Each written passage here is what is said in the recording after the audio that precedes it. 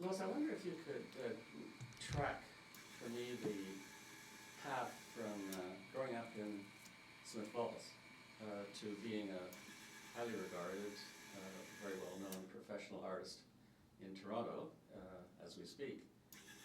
That's quite a path, and I wonder if you could just trace how it is you became an artist.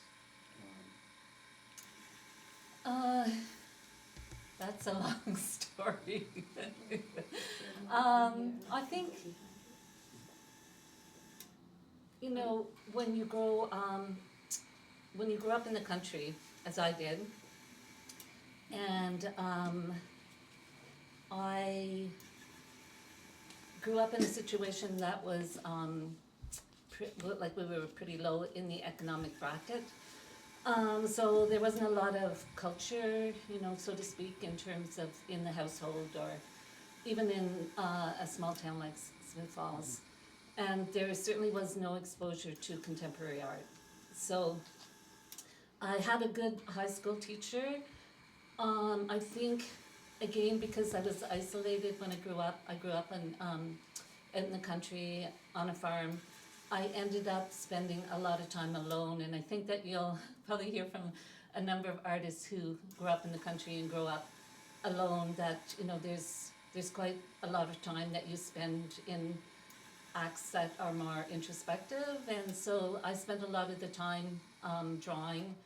I think I was really concerned about drawing from a really early age. I remember being really worried about a drawing I had done, you know, that the teacher posts your drawings in grade school around the room, and going home at night and worrying about the direction that I had drawn the grass in. You know, just being very kind of, you know, it occupying a large part of my concern even at that point. So when I went to high school, there was very little mentoring or role models in terms of people who had pursued art. There was someone at my school who had gone to Sheridan, and they had studied graphic art, so that was my trajectory. I kind of found, you know, a link between that research, which at that time was hard to do research, right? There wasn't internet, and so you were researching based on what other people maybe that you knew had done. So I went to Sheridan and I studied graphic arts, and I worked in graphics for quite a while, in design and in illustration, and I just found that I never found my voice in it. So I had spent 4 years at Sheridan College, and then I went back to York, and it was there. And I guess what my main concern with design or the commercial art world was that you were always making things for other people. So what happened at York was a real epiphany for me. I started to work in drawing and in sculpture, and I just became so passionate about it, right? There was this whole other world that was opened up to me, and finding your inner voice, though it sounds cliche, it's pretty amazing when that happens, right? Like the kind of transformation that occurs, and just how you kind of finally find your sense of place in the world, like what you want to do. And so I think, you know, it's the thing that I always talk about, even though I came from a lot of poverty, is that art was still valued in my household. So when I actually left the professional world of a design illustration, my father said to me, "Oh, you're going to become a professional," because I was going to art school to study fine art, which I thought was really kind of funny, right? Because it was an inversion of how most people would look at it. Yeah. So you find yourself at York studying art, and was it at the university then that you found a foothold in the profession? Because so often students going through their studies fall out the other end and don't know what to do, or nothing happens or something. So that's very true. What happened? Well, I had amazing profs at York. So when I think that they were really good role models for us. You know, we could go downtown and see them in the galleries. They were exhibiting, they were writing grants, they were making interesting work and they were bringing in interesting artists. And the facilities in the sculpture studio at York were pretty incredible. And so it took,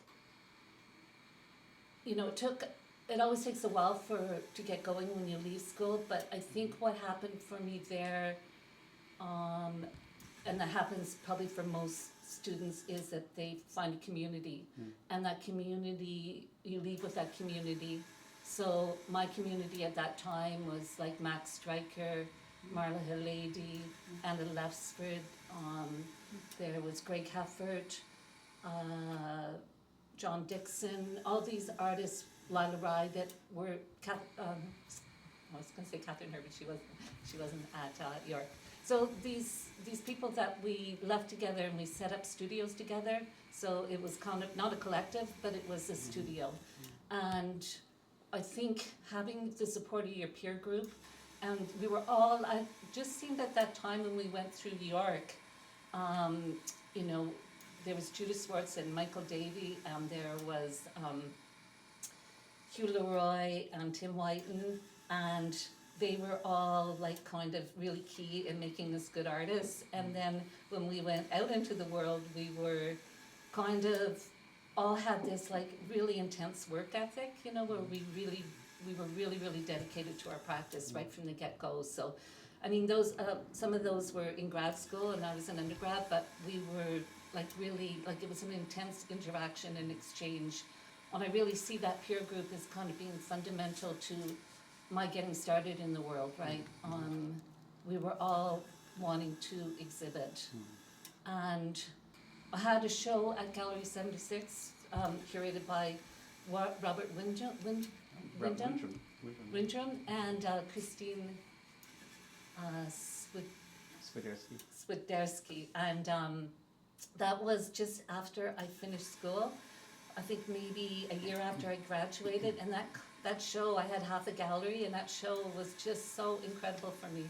It was really like to have a solo show in half a gallery and right in downtown Toronto, and like things took off like really nicely and started applying for grants. I think the thing about the granting system, at least when we were going through, they really supported emerging artists. So we were all pretty lucky getting grants when we left there, and yeah.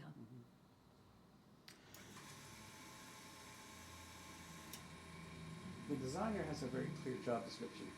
You have a client, you have a problem or a project, and you work to please the client in one respect or another, of course, within the domain of one's own sensibility. But when we come to the artist, visual artist, no such very clear job description exists. And I'm kind of curious, as you made that transition, what you thought an artist does, or what you thought as an artist you could do? Well, I just found that there was so much freedom in making your work. Like, the thing with creating a body of work is that you start somewhere and then you have to get to the end, right? And in the world of design, there's the outcome is always, if the client likes it, or if it's the art director likes it, or if it's fulfilling various objectives. Where when you are creating a body of work, when you step into that, you kind of have no idea, how long you're going to be in it, or where it's going to take you. It's kind of like a little bit of an open river, like a flow of your work, your thoughts, your efforts, your labor, your time. And what happened with my job with the commercial world is that I was able to keep a part of that when I left. So I was able to support myself. I would work all night at say an agency drawing storyboards for Labatt's or for some cigarette company. And at that time, I was getting paid $50 an hour to draw those storyboards. So it was kind of like really job per job freelance basis, but eventually, like, you know, that would mean I could take sustained periods of time and just work on my work, which, you know, in the long term isn't a good way to live, like as a freelancer. And but in other ways, it's like, you know, that kind of really, you know, disciplined, really kind of high, highly condensed periods that you spend like in an advertising agency working for other people. When you do get out, you just want to really use your time productively, right? And just make your work and kind of have personal freedom that is, you know, a lot of times an art director is standing over your shoulder saying, can you make her breasts bigger? And I'd be like, I don't do big breasts, right? Like, sorry. Well, to go from the ridiculous to the sublime, perhaps. You were at this time, I guess, evolving your practice, and your practice has, you know, has become very specific, very well defined. In the process of, well, tell me a little bit about the process by which you defined that practice. How I got maybe to where the practice is now. Yeah, you know, when I started out working like materially, I was very interested in the natural world. Like some of my people I was looking at a lot was Joseph Lois, this use of really raw materials, heavily symbolic, really laden with meaning, and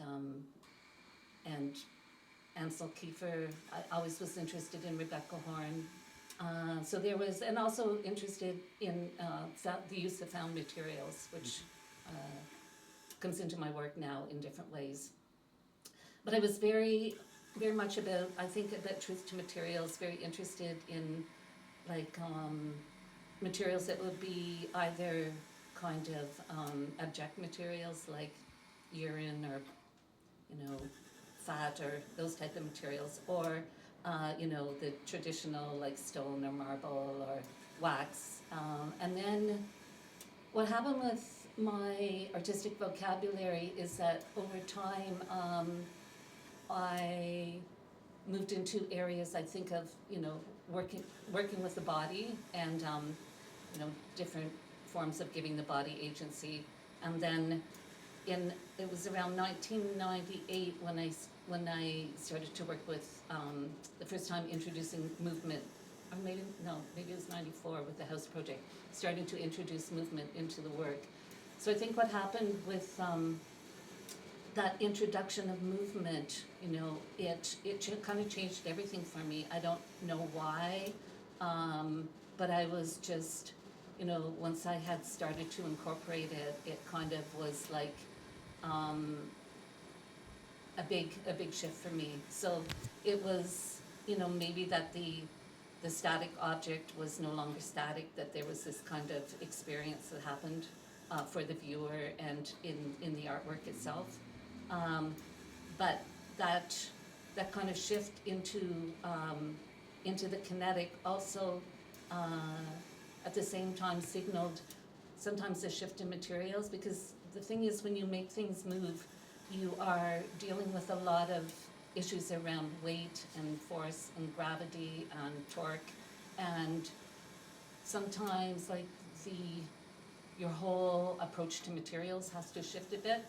And that was a big thing that happened for me in terms of, like, I would say in a lot of this later work, I've incorporated acrylic and plastic, or you know, there's a type of veneer wood that has inside it has foam in order to make things light. So there's this movement from the use of real natural materials, I think, in the early work, into this kind of use of materials that are more industrialized or more synthetic, and probably materials that I never would have thought I would use early on.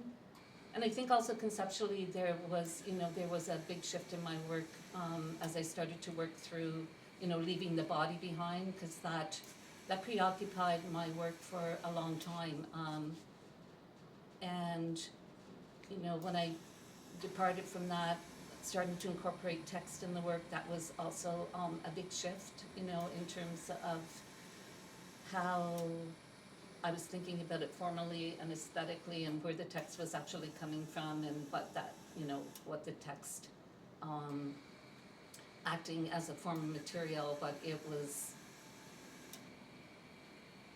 you know, what actual meaning I was trying to, or experience I was trying to create with the text work.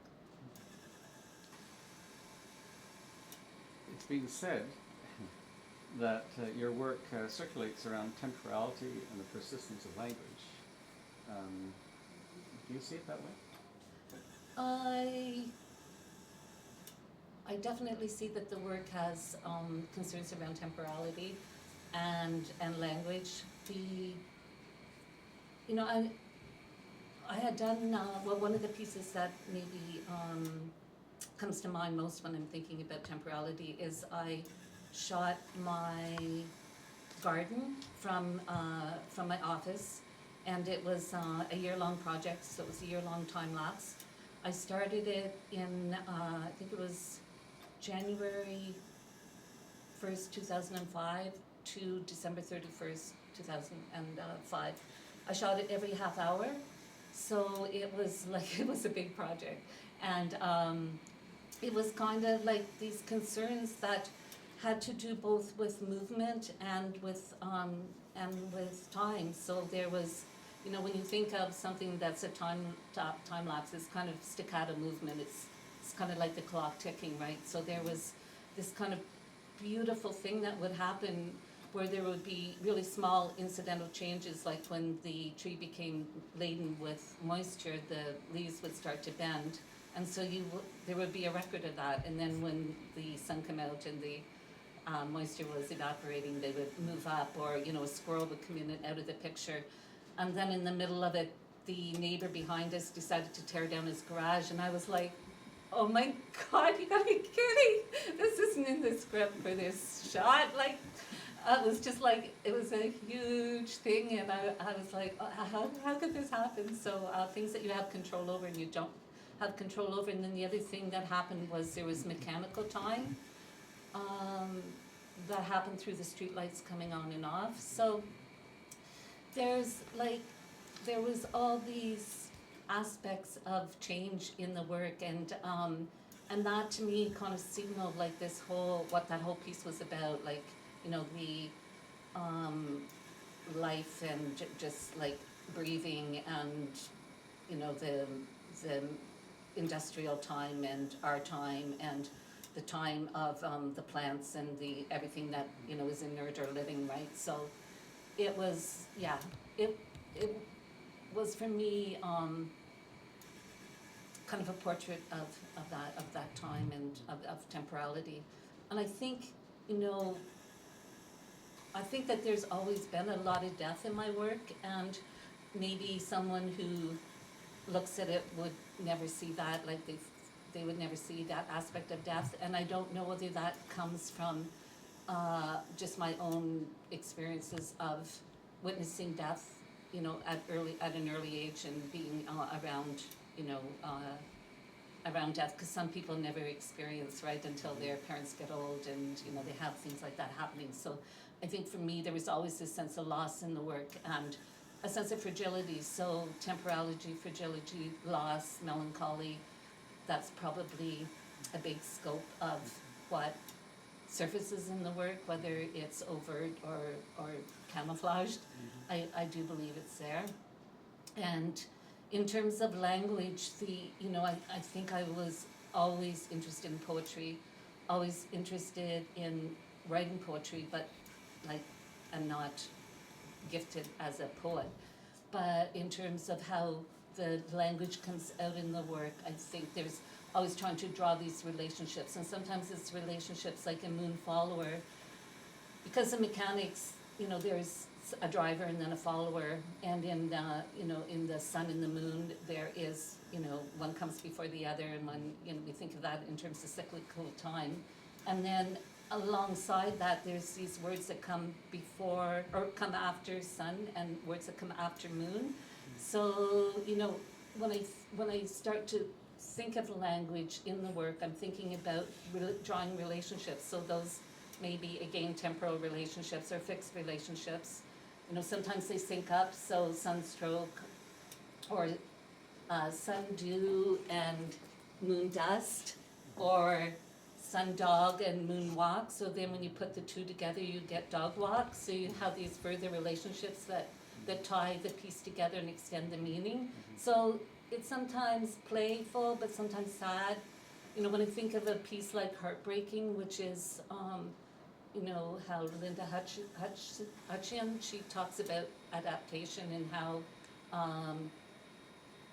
there are other meanings, or when you think of Christine and intertextuality, there are these other meanings that come into the work, right? They come because of other readings or other experiences, right? When you think of heartbreaking, we all have, notions of heartbreaking, right? And then you have this word, and like, why did you select heartbreaking?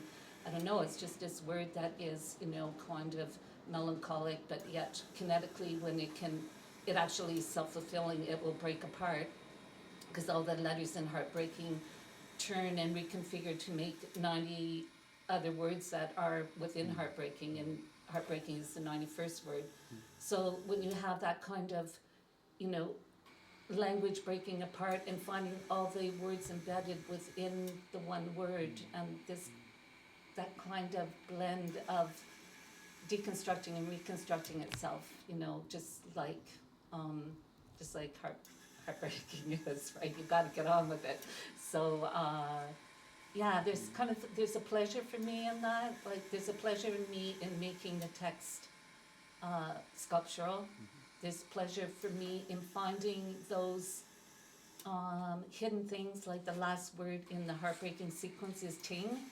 And for me, it's like, not with a bang, but a whisper. There's like those little moments of magic. And, text is like so flexible that way. And the way we draw meaning, and then what that meaning is for me, or how deep you look into it, right? I think with the kinetic text too, it's like the viewer is having to stay in front of the work for a longer period of time in order to, they can't experience it all at once, right? It has to, in this case, I think there's, I can't remember if there's 12 or 16 words in this particular sequence, but yeah, it calls for a more sustained viewing. I mean, they may walk away right off, but if you can hook them in a bit, you may have a chance. You were just talking about heartbreaking, and you mentioned a couple of theorists. I'm kind of curious to what extent theory, or your reading of theory, has propelled some of the basis of the work that you do. I'm especially interested in thinking that the rather current notion of affect would seem to be relevant here. Would that be the case?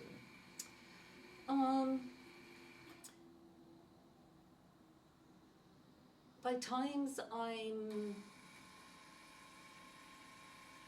I'm drawn to reading more theoretical texts. Mostly when I enter into it, it's not like in a very linear way. It's like falling on something in my work and then wanting to understand it more, either philosophically or critical, with a more critical kind of entry into the work. Or, so it's not like I ever just study theory for, because I think that, like, with so many artists in their practice, there's so many avenues that you can go down, and there's so much time that you can spend just even like,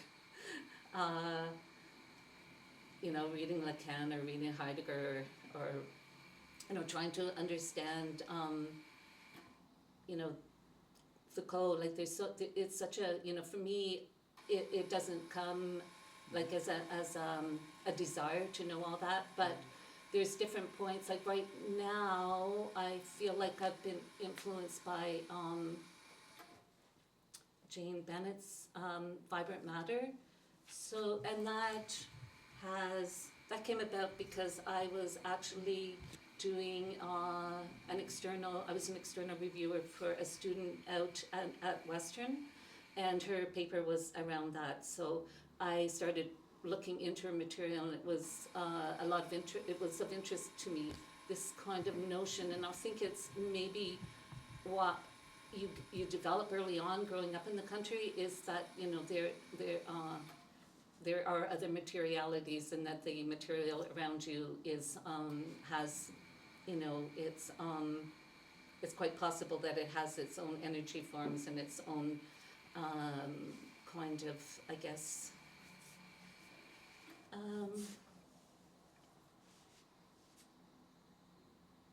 well, agency, right? Like active agents or whatever. It's so I'm not sure, like Brian Masumi in terms of affect theory, or I'm not so sure that I've been, like, I haven't read enough, you know, probably even to be able to address the particular affect theory that you're talking about. Yeah, but I think that I tend to go down these paths based on, I guess, areas of interest, and yeah. What about art history and the practice of other artists? Has that been a motivation in your work?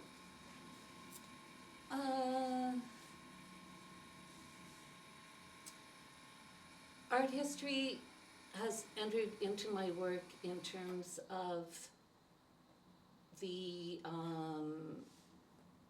mostly through a series of work that I did called Afterworks, and they were really thinking about after a particular artist. So I had worked with 3 male modernist artists, Picasso, Man Ray, and Duchamp, and my work in that regard was a response to their work. So many people have, you know, I think we're in a period of time when a lot of artists are dealing either in a conversation or an homage or an adaptation or a response to work that's been created in the past. And so I started with a work of Man Ray's, and or actually no, I think I started with a work of Picasso's, which was the Bull's Head, and I was really interested in kind of bringing a very masculine object with a whole history of bravado and machismo into a more delicate interpretation, and I was also interested in you know, in changing the gender of the piece. So I had I created a piece called Trophy after Picasso, and it was a bicycle seat in the manner that Picasso had done the Bull's Head, and in the center of the seat I put a porcelain flower, and it was in an homage to Georgia O'Keeffe. So it was in the sweet spot in the seat. So in a way, it was this idea of how to again shift the reading of such a male work, and to incorporate a feminine presence, and someone like Georgia O'Keeffe, who was, you know, a colleague at the same time, to really make reference to her work. And the second one was Man Ray, who had done this mobile that was where he kind of mathematically put together 63 hangers, and I looked at it and thought that it was a piece that needed solving. It had a bit of an impasse, so the 63 hangers couldn't move, so mathematically I wanted to deconstruct it and actually make it into a mobile that could move. And again, for some reason I thought that there was a feminist context to freeing that impasse. And then the last one was with Duchamp, who his famous bicycle wheel. I decided to have a conversation with him. So there's at the front of the piece is a free spinning bicycle wheel on a seat, and in the back is a motorized wheel and the stool. And what happens is the person at the back, which I would reference as myself, comes along, move forward, start into action, and then I nudge Marcel. So I'm either nudging him out of the way, which is, you know, kind of impossible to get around him in terms of conceptual art, or I'm nudging him back into action.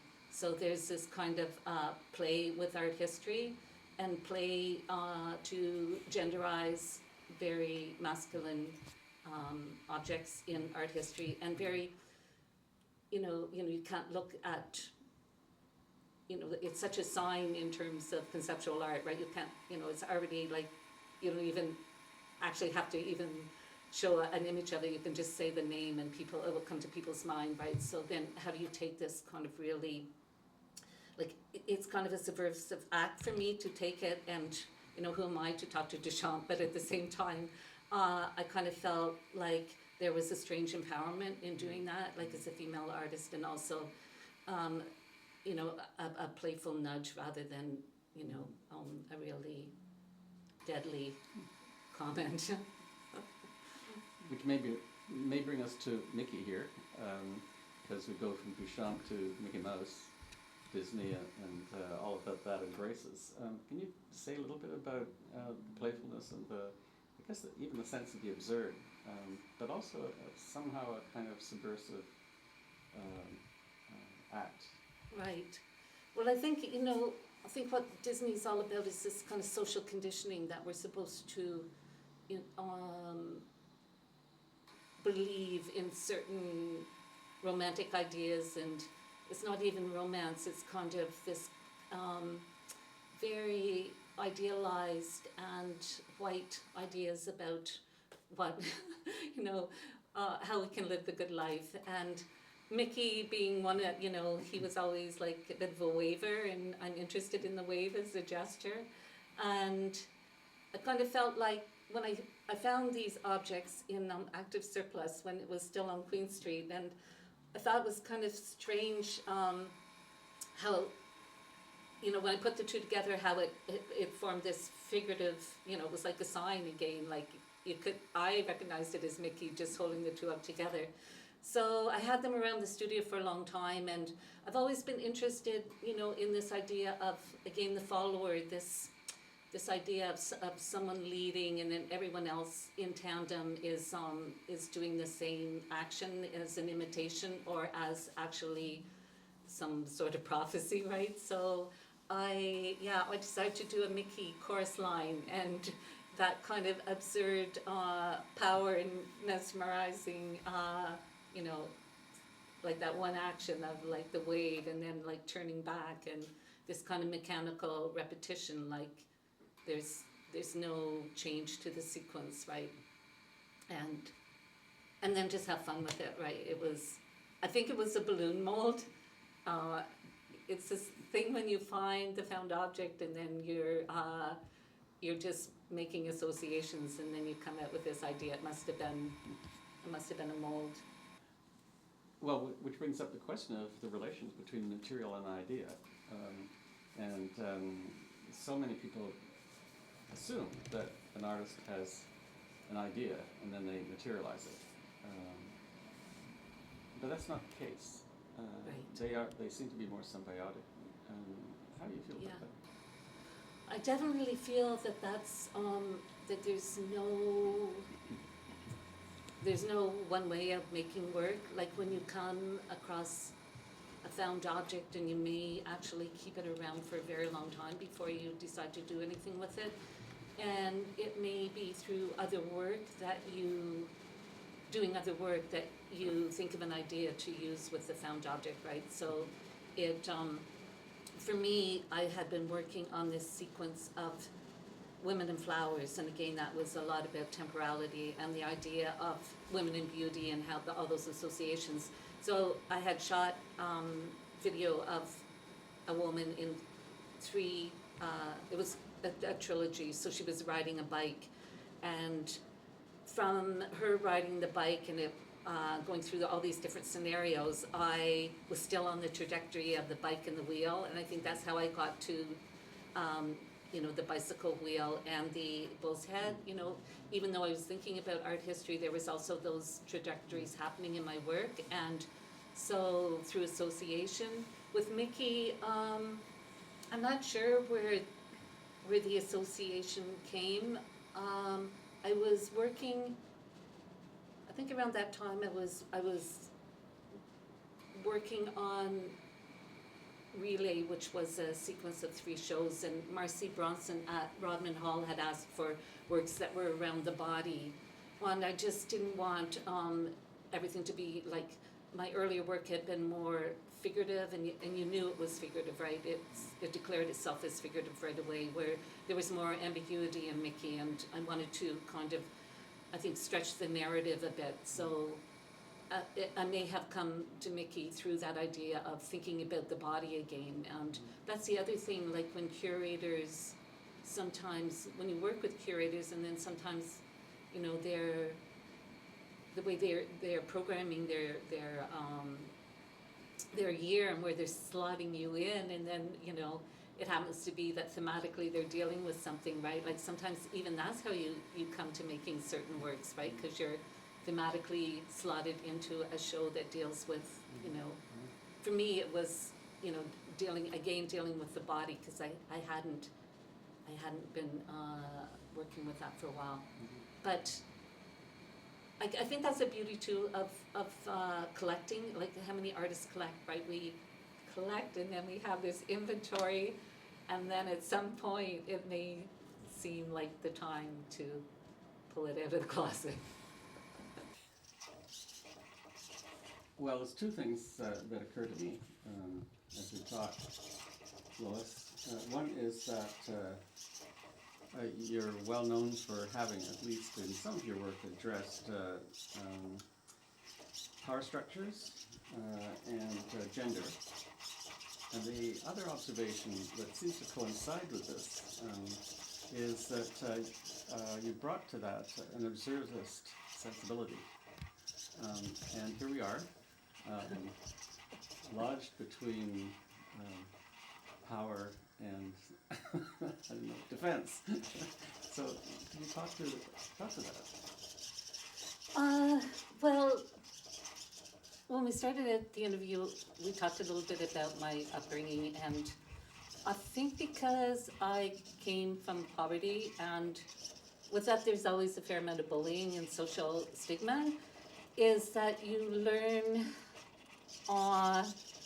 that class really affects almost every aspect of your life. So, I mean, there's so many ways to look at how society is structured, and each person has, their own obstacles that they have to kind of work with and work through. But I think, like really early on, when I was, making work like the Camouflage series, or working into the Boxer, it's this idea around, either posturing, like how we posture, or how, what elements of defense surface, in terms of how we exist in the world, or how we create narratives about the world. I think Mickey, for one, is a bit of a self-portrait. The box lid comes on the box, referencing the white cube in the gallery.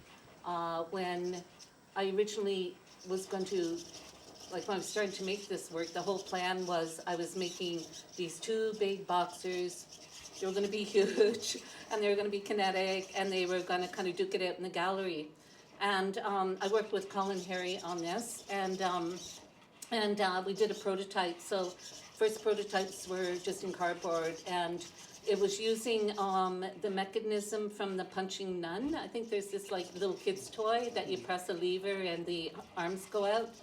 And so the whole maquette was this size, and then realizing that when it was this size, it had all the power that it needed. Like, it didn't need to be like a big, large installation, and actually it didn't need the second boxer because the viewer became the opponent, right? So Because I think, there's so many conditions that as an artist you're taking on, right, in terms of trying to survive as an artist in the world. The vulnerability of showing your work, the critique, the kind of sustaining your idea or your insistence to be, to have a place in the art market, right? And it's just, and then how do you kind of shift that so it's not didactic, and this element of play and the fact that, like, the head and the boxer within the box and all this self-referentiality that comes into it, and at the same time doesn't try to take itself too seriously. It's vulnerable. It's not a sculpture that, like, is meant to go in a gallery for a long play. It's kind of a personal piece, and I did it as an edition. I think there was 7 or 9 in the edition, and I also like, with some mechanisms like these servos. They're only hobby servos, but they have like kind of the squeaking. So if it's not going to get your attention visually or aesthetically, it is through like kind of the sound component, right?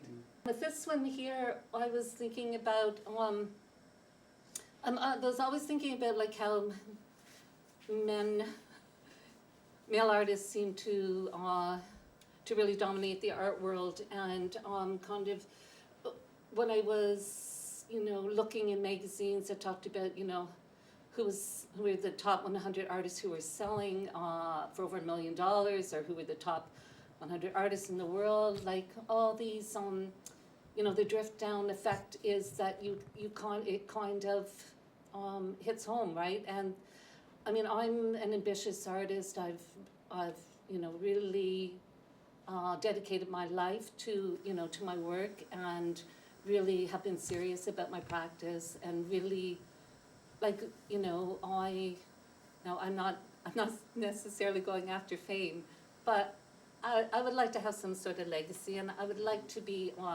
in some of the major institutions. That would be really nice. And so I have been working on the Moon Followers series, this idea of one thing following another. And I remember, like, in one of my first relationships, I thought if my partner was successful, that was enough. So this idea of coming, as long as he had this success. But I don't feel that way anymore, obviously. The tables have turned, and I really think that, so I was exploring this poetic possibility of someone, of the man eclipsing the woman in terms of who rises, in terms of the narrative in the poem. On that this is kind of like a stage and a theater. So the text lines, or the characters come on the stage one by one. And then, so there's a bit of a performativity to it, and in terms of, it's not like I want my work to be theatrical, but I think with kinetic work, there is that performative element. There is in the boxer as well. And that, in this kind of long durational piece to get to the actual end, it's actually pretty simple, but the narrative in itself is more complicated, and talking about hierarchy, and talking about most people read it as sexual, so they don't actually see my politics in it, like that I'm coming at it from the perspective of who succeeds. But yeah, I think most people think of it in a more romantic way, but the impetus, yeah. And I guess, just coming full circle on the question about, why these power struggles, or why these issues, because I'm not a very aggressive person. I think I'm pretty introverted, but I think the way we talk is through our art, rather than, like, this is our voice, right, to putting it out into the world. So in whatever has allowed me to survive to this point is a lot making the work. You touched on the power structures that exist, of course, that surround artists. And those power structures, of course, are set in the art system itself. Do you have any thought, would you like to follow up on further thoughts on the art system? Well, I was really kind of, I guess a bit struggling. I guess you'd call it struggling. First I was going to say devastated, but that's not the word I'm looking for. In 2007, I had really been, I think I read this Compass magazine, and it was again talking about, who the artists in the world, and I was just astonished by how few women artists were in those categories. And I had embarked on a project where I asked 24 artists and curators to do a drawing of where they saw themselves in the art world, and Ian, you were included in that. And at that point, it was like a schematic so I was really interested in how do people see themselves in the art world? Do they feel like me? Do they see themselves as a heavy hitter? What do they measure themselves in relation to? How do we place value on ourselves and what we make? And that was something that I think I needed just to not find resolution, but to hear what other people had to say about the same sort of thing. And it, I think I'm at heart a bit of an egalitarian, but I know that everyone can't be at the same place, right? So it's always, there's these global systems that kind of drive me crazy. I kind of, the same artist showing over and over, being, we're told who to think is, who are the top artists, and that I find really kind of sad, who it excludes and who's underrepresented, and there's, so many ways to address that, and so many fields of marginalization, and it's a big one, but it's something that I think is a constant tick there for me, like sometimes it's abrasive and sometimes, but I think getting mired down in, I don't want to ever get mired down in bitterness about stuff like that, because that I think is not the way to look at it. It's try to see maybe who you believe in terms of artists, and maybe have your own story. It's just that, in the big institutions, when you see a lot of the same artists being represented over and over, it feels a bit like too much of the same script. Yeah, so do you think that contemporary art is following a particular script, that the artists that you're referring to, the international, whatever it is, 10 or 20 or 30, whatever it is, do you think that they, not necessarily by their own volition, but do you think that they represent a particular kind of script, or a dominant discourse or something that has constructed their place in that firmament? Yeah, that's a very good question. I really don't know. I don't know how they end up getting to like that level. In many ways,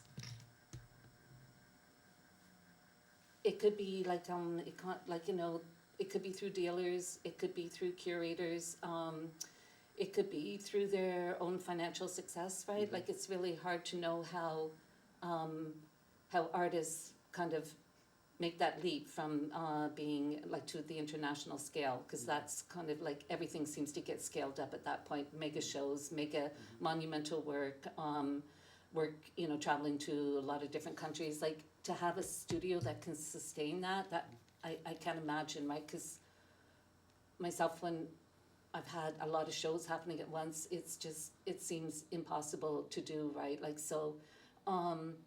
I think that, in many ways they can't do it without a lot of support. So it's either coming from, the situation of the dealer, and then everyone has a vested interest, right? So in the global economy, who gets bought and who gets shown, it's all pretty political, I would imagine. And And I think that a lot of money gets invested and through those acquisitions, you know, the artist becomes more well-known and we read more about them, so it seems to be, you know, one system feeding another system, so it, yeah, it seems to have, wherever whatever the backing is to finance all that. Because I look at people who have a lot of, I would love to have an assistant, like a steady assistant, like just assistant for, or maybe two, not to be greedy. What would it be like, right? But to have, you know, 24 people working in my studio, I think, how do they get paid? Like, I can't do the math, I can't figure it out. Where does it all, you know, how does it all kind of shake out? Because that's a lot of overhead, right? And then just even getting the work done, it's like I had 3 shows and I just couldn't, like I had to take a term off. I was so burned out, right?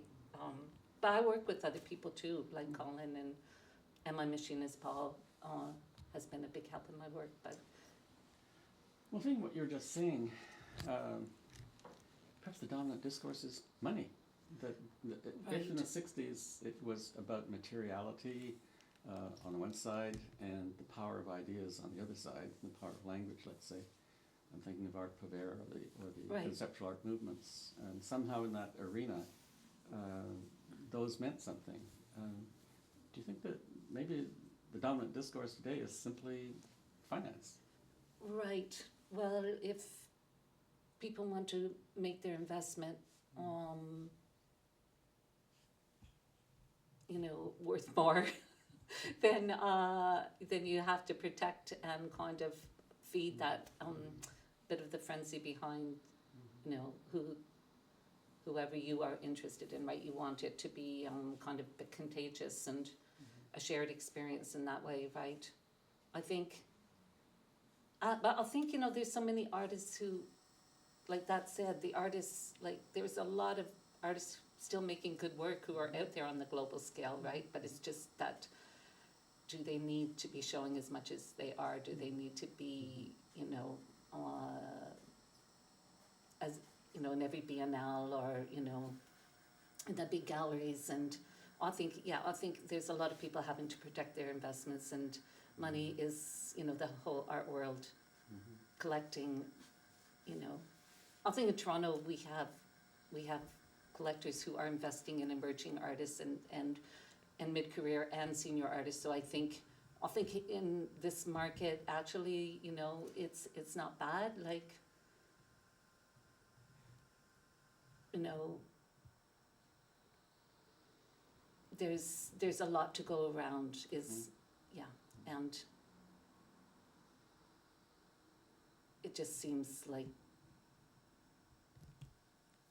there's a lot of artists to support, and there's a lot of artists doing good work, and we need the institutions to be recognizing it as well, right?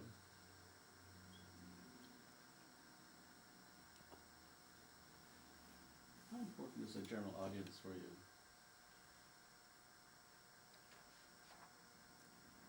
I think because, like, my work doesn't come in terms of like social practice or, you know, community engagement. My work is pretty hermetic in the studio.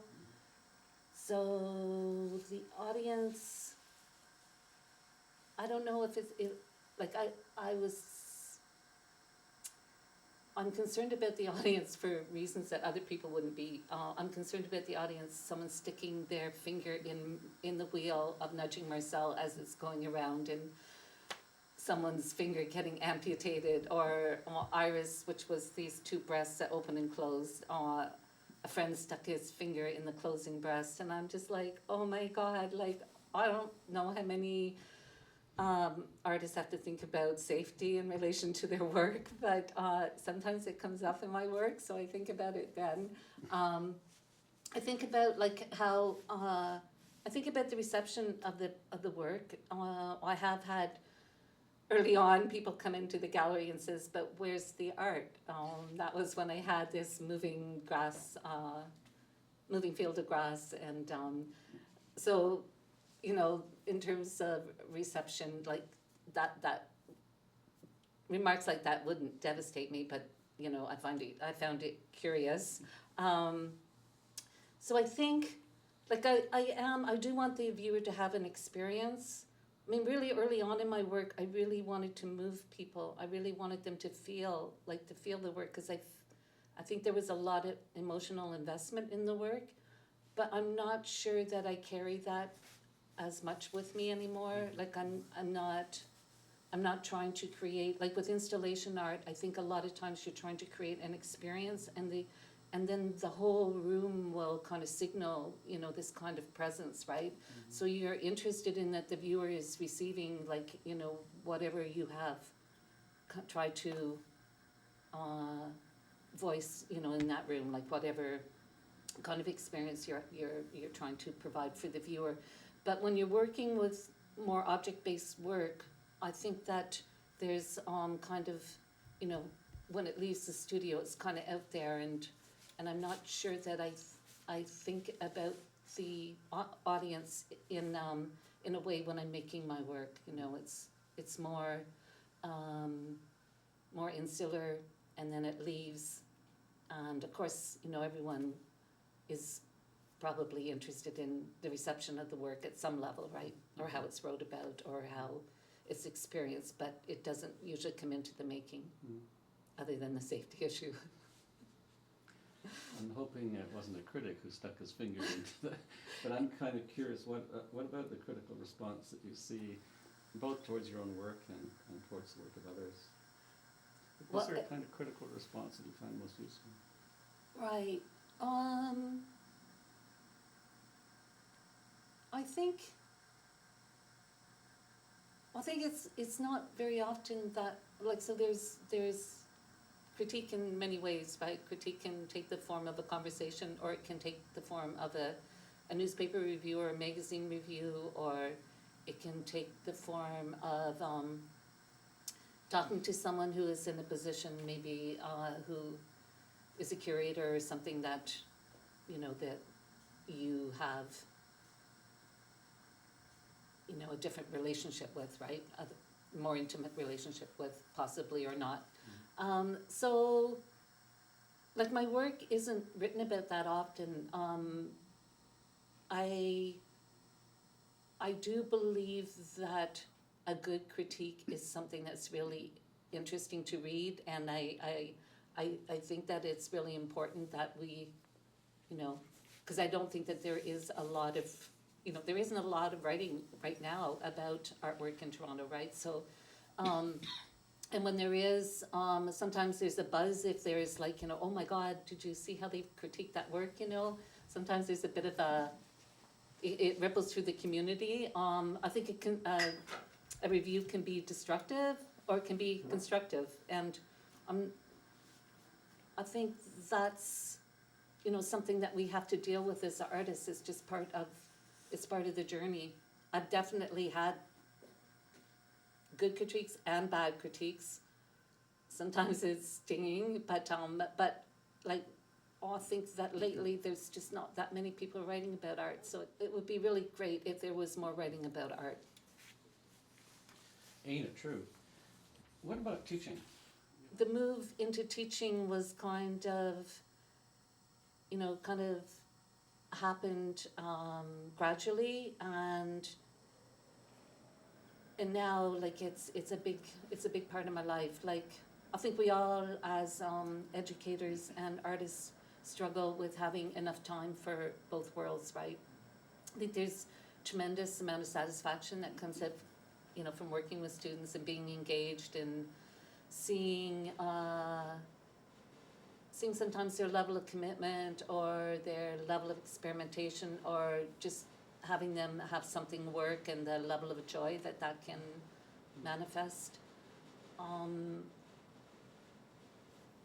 I think I have a lot of empathy, and so whether that's good or bad in terms of being an educator, it can, I think it can work both ways. Like you can be overinvested, or you can help students succeed.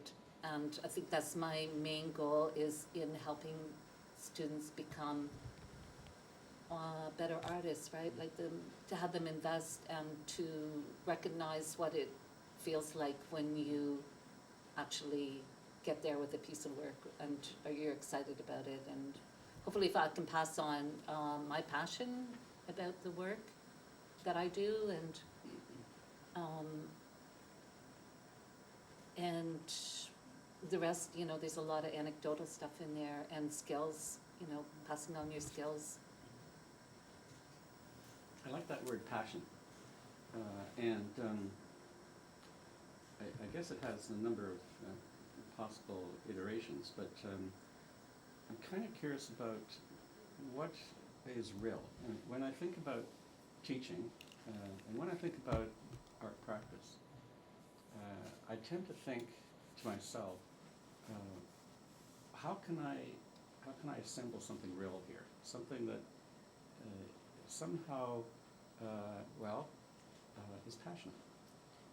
So I'm kind of curious. There is the word, of course, authenticity, often associated with originality, but currently less so. What are your thoughts about authenticity, or what is real, or what can one passionately embrace and feel that it's real? Right. That's a good question. I was just reading some reviews, like students do these reviews of your teaching, and I teach a class with half engineers and half artists, so they collaborate, which is a pretty amazing experience. And I'd say that's a pretty authentic experience, because there has been like that idea of transformational learning, where a student actually wants to move from engineering into an art practice, which is pretty amazing to see. But one of the comments from a student was, some of the lectures were talking at us, not to us. And I was like, oh man, how do I unpack that? What does that mean? Like, talking rather than to us. Like, how do you get to the point where you're actually talking to them, right? Because you're trying to pass on knowledge. And as educators, we have to do a lot of research, right? So we may not have experienced things firsthand. So we are taking from a pool of information, and we are trying to, in some way, unpack it for the students, or to present it in a way. We're not art historians, so we do it in the best way that we can. And then out of that knowledge or research, we're trying to get them to shape, you know, something out of what we're lecturing about, right? So there, you know, like is the authentic experience where you give the student no objectives, and then they just, you know, come to a work on their own, or do you give them a lot of skills and instruction and one-on-one, or is it, you know, like what is the path? You know, do you when they do something that's derivative of another artist, do you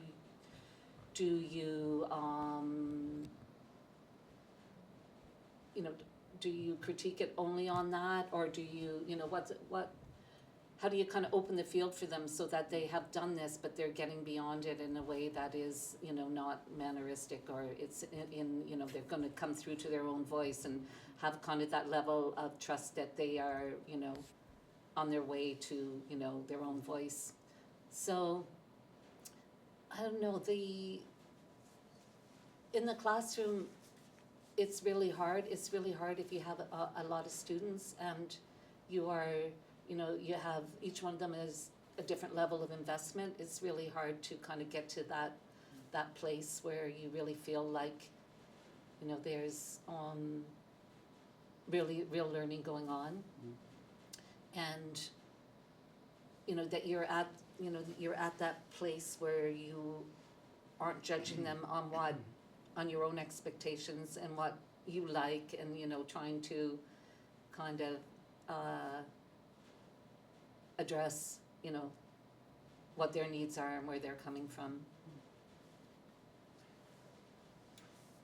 I like that idea of at or to. And I'm looking at these works of yours, and it strikes me that one of the reasons why I'm so drawn into them is that I feel that you're talking to me, you're not talking at me, and that's authentic. Mm-hmm. Do you see it that way? Mm-hmm. Yeah, I think because that's how the artist, shares their experience with the viewer, right? Not always, but it's kind of like going through all this in a way that you can present it to another person, and you've done all the work at that end, right? And then you are sharing it like a conversation rather than trying to be authoritative about it. I think that's like the thing that I've never been able to do is be authoritative, right? Maybe that class issue, and that's a really raw thing to say, but I always feel in a position of,